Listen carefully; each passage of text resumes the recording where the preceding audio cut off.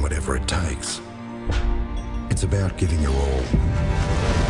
From the players on the field to the members in the stands. Do whatever it takes. Call 1300 GO Bombers.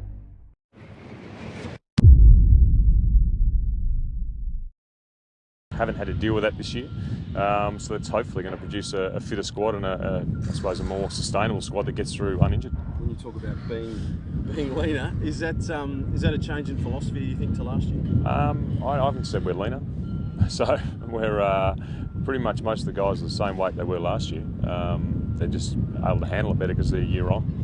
Has there been a change of focus from your point of view in the pre-season? Not really, no. We've trained a bit harder and we run a bit harder than we did last year, but that was always part of a program. You know, you're building up over 3 or 4 years with players, and we've done that with the guys, and we've run them a bit more than we have. But that's a 2 or 3 year philosophy as we get blown away here.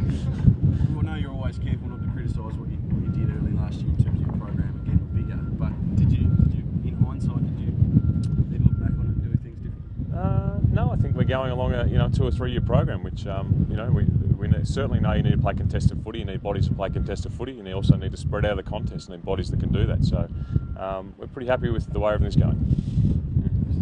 Just in terms of, Michael was the one that was sort of singled out for looking quite good so far this pre-season. What sort of role do you expect him to play next year? Just give him a bit more licence to go up the ground. Well, to date, Michael's done 95% of pre-season, which he wasn't able to do last year. I think Michael completed before the season started 2 weeks of training, so there's no doubt he's in a much better position than he was last year, which will give him a chance to play a bit higher up the ground in a forward role or a bit higher up the ground in a backline role. So we expect him to play both ends of the ground at certain times, but predominantly forward, and his running ability, because he's been able to train, will be better. How much of a difference does it make, especially for key position players, to get those? I think for everyone. I think interrupted pre-seasons normally lead to interrupted seasons, and it's only early in the pre-season. We're still 2 months from our first game, so we're not jumping up and down too much. We just think that to date it's been a much healthier list, and that's made us pretty happy.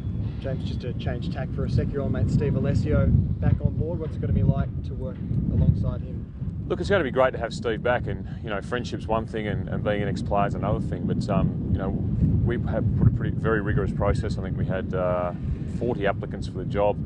The HR department, as well as Danny Corcoran, did a great job in their interviews, and there's a number of people who we could have had, and Steve was a standout candidate. So we're very happy to have Steve back on board. Is there anyone in particular that's impressed you as a coach? Maybe a younger guy coming through the pre-season?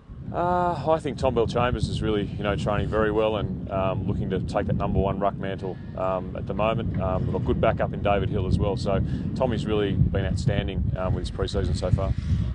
James, just in terms of, last year you said you're all about progress and rather than putting positions on where you want to be and that sort of thing. But how much progress, I think, do you need from where you were last year to perhaps be a top 8 side? Is it a big leap or is it a small gap? Look, I don't think it's a big leap. I think we've got to have more consistency in our performances in the second half of the year. That's pretty obvious from our results in the second half of the year.